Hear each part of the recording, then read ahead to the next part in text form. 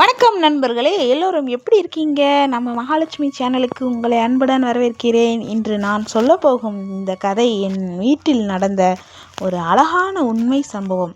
இதை பார்த்தால் சிரிப்பு வரும், அதே நேரத்தில் ஒரு நல்ல கருத்தும் இருக்கு. என் பையன் ராகுல் வீட்டில் ரொம்ப சுறுசுறுப்பானவன். எப்போதும் ஏதாவது ஒரு குறும்பு செய்து கொண்டே இருப்பான். இன்று காலையில் என் வீட்டின் வாசலில் அழகிய அரிசி மாவு கோலம் போட்டு முடித்துவிட்டு கோலப்பொடியை டப்பாவை உள்ளே கொண்டு வந்து வைத்தேன்.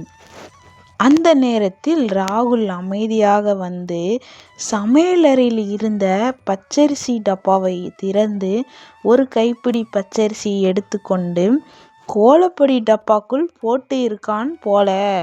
மறுநாள் காலையில் மீண்டும் கோலம் போட வெளியே வந்தேன். கோலப்பொடி டப்பாவை பார்த்ததும் நான் ஆச்சரியப்பட்டேன். அங்கே முழு பச்சரிசி கோலப்பொடி முழுவதும் சிதறி கிடந்தன. உடனே எனக்கு புரிந்தது, அடடா, இது ராகுல் செய்த சேட்டை தானே. முதலில் நான் சிரித்து கொண்டே, இந்த பையன் எப்பொழுதும் என்ன செய்கிறான் என்று தெரியவே இல்லை மாட்டேங்குது என்று நினைத்தேன். அதன் பிறகு அதே கோலப்பொடியை வைத்து கோலம் போட்டுட்டு வீட்டுக்குள்ளே சென்று விட்டேன். சமையல் வேலை பார்க்க சிறிது நேரம் கழித்து வந்தேன். வாசல் கோலத்தை பார்த்ததும் மகிழ்ச்சி எனக்கு. எறும்புகள் வரிசையாக வந்து சேர்ந்தன. கோலப்பொடியில் கிடந்த முழு பச்சரிசிகளை எடுத்து கொண்டு ஒன்றின் பின் ஒன்றாக தூக்கி கொண்டு சென்றன. எறும்புகள் தங்கள் வீட்டுக்கு கொண்டு போய் சேமித்தன. மீண்டும் வந்து எடுத்து சென்றன. அந்த காட்சி மிகவும் அழகாக இருந்தது. பாருங்களேன், ரொம்ப அழகா இருக்குல்ல. நான் என் பையன் சேட்டை தான் பண்ணியிருந்தான். கோலப்பொடியில் இவ்வளோ அரிசி எடுத்து முழு அரிசி எடுத்து கொட்டி வச்சுருந்தான். நான் இன்றைக்கி வேலைக்கு டைம் ஆயிடுச்சுன்னு சொல்லிட்டு நான் அந்த அரிசியோடையே அப்படியே கோலம் போட்டுட்டேன்ப்பா.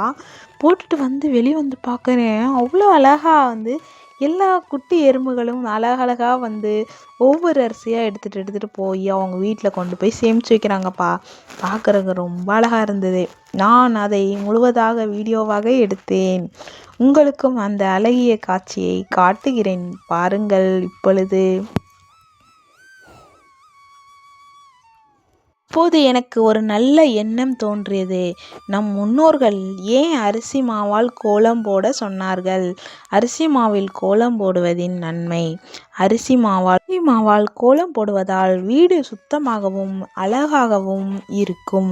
லட்சுமி கடாட்சியம் கிடைக்கும் என்று நம்பப்படுகின்றது. சிறிய உயிரினங்களுக்கான எறும்புகளுக்கும் உணவு கிடைக்கும். பகிர்ந்து வாழும் நல்ல மனதை வளர்க்கின்றது. அதனால் கோலம் என்பது வெறும் அலங்காரம் மட்டும் அல்ல, அது உயிர்களுக்கு அன்பு கொடுக்கும் ஒரு நல்ல பழக்கம். ராகுல் செய்த ஒரு குறும்புத்தனம்தான். அவன் சிரித்து கொண்டு அரிசியை கோலப்பொடிக்குள் போட்டான். ஆனால் அந்த அரிசி வீணாகவில்லை, அது எறும்புகளுக்கு உணவானது. எறும்பு அவற்றின் வீட்டுக்குள் எடுத்து சென்றன. பல சிறிய உயிரினங்களுக்கு உதவியாக மாறியது. நண்பர்களே, குழந்தைகள் செய்யும் ஒவ்வொரு குறும்பையும் உடனே கோபப்பட வேண்டாம். சில நேரங்களில் அவர்கள் அறியாமல் செய்யும் சிறிய செயல்களும் ஒரு நல்ல நன்மையை தரலாம். உணவை மதிப்போம், சிறிய உயிர்களையும் நேசிப்போம். அரிசி மாவால் கோலம் போடும் நல்ல பழக்கத்தை தொடங்குவோம். இந்த வீடியோ உங்களுக்கு பிடித்திருந்தால் லைக் பண்ணுங்க, சப்ஸ்கிரைப் செய்யுங்கள். உங்கள் அன்புக்கும் ஆதரவுக்கும் மனமார்ந்த நன்றி. இது போன்ற வீடியோ உங்களுக்கு பிடிச்சிச்சுன்னா நம்ம சேனலை சப்ஸ்கிரைப் பண்ணி மறக்காமல் வச்சுக்கோங்க, சரிங்களா? அப்படியே அடுத்தடுத்த வீடியோவில் பார்க்கலாம். பாருங்களேன், பார்க்குறக்கு காலையில் எனக்கு ரொம்ப மகிழ்ச்சியாக இருந்துச்சு. வாசல் ஃபுல்லாக குட்டி குட்டி எறும்புங்க அழகாக எடுத்துகிட்டு போகிறாங்க பாருங்களேன்.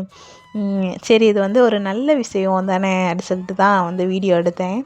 பாருங்கள், ரொம்ப அழகாக இருந்துச்சு இன்றைக்கி போட்ட கோலமும் சரி, இந்த மாதிரி இந்த நல்ல விஷயமும் சரி. பாருங்களேன், இவ்வளோ அழகாக இருக்குல்ல. அதனால் முடிஞ்ச அளவுக்கு வந்து அரிசி மாவால் வந்து கண்டிப்பாக கோலம் போடுங்க, சரிங்களா? இல்லைன்னா நம்ம இந்த மாதிரி கொஞ்சம் பச்சரிசி எடுத்து நம்ம வாசலில் ஒரு ஓரமாக கூட வச்சிடலாம்.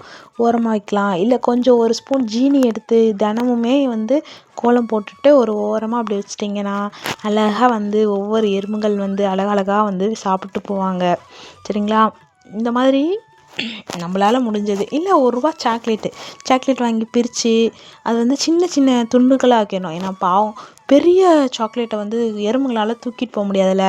அதை நுணுக்கி நுணுக்கி சின்ன சின்ன பீஸுங்களாக அப்படி போட்டு வச்சிட்டிங்கன்னு வச்சுக்கோங்களேன், அழகாக எடுத்துகிட்டு போவாங்க. காலை உணவு அவங்களுக்கு, சரிங்களா? பார்க்குறக்கு ரொம்ப அழகாக இருக்கும். பாருங்களேன், நான்லாம் வந்து இந்த மாதிரி சின்ன சின்ன விஷயங்களெல்லாம் வந்து ரசிப்பேன்ப்பா. இதெல்லாம் எனக்கு ரொம்ப ரொம்ப பிடிக்கும். பாருங்களேன், பாருங்க, குட்டியாக இருக்காங்க, அழகாக இருக்காங்கல்ல. சேமிப்போம், எறும்பு மாதிரி வந்து சேமிக்க கற்றுக்கணும்.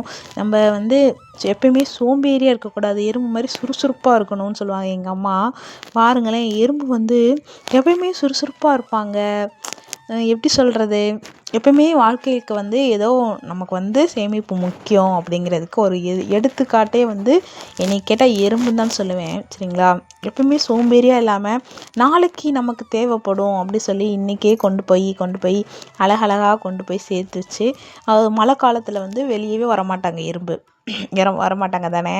ஆகும்போது அந்த சேர்த்து வச்ச பொருளுங்களை வந்து சாப்பிட்டுட்டு அழகாக அவங்க வீட்டுக்குள்ளேயே இருந்துக்குவாங்க. இந்த மாதிரி இந்த எறும்புகள் எனக்கு ரொம்ப ரொம்ப பிடிக்கும்ப்பா. சின்ன குழந்தையிலே நான் வந்து இந்த இந்த மாதிரி எறும்பெல்லாம் வந்து ரசிப்பேன். எனக்கு வந்து எறும்பு ரொம்ப பிடிக்கும். இங்கே பாருங்களேன், இங்கே தான் அவங்க வீடு இருக்குது. ஒரு நாள் வந்து எறும்போட ஹோம் டூர் காட்டுறேன் கண்டிப்பாக எல்லாருக்கும், சரிங்களா? நம்மக்கிட்ட அந்த மாதிரிலாம் கேமரா இல்லைப்பா, இருந்தால் நான்லாம் கண்டிப்பாக காட்டிடுவேன். அதுக்கெலாம் வந்து குட்டி கேமரா வாங்கி எறும்பு தெரியும் தானே கேமராவில், இந்த மாதிரிலாம் நான் பார்த்துருக்கேன்.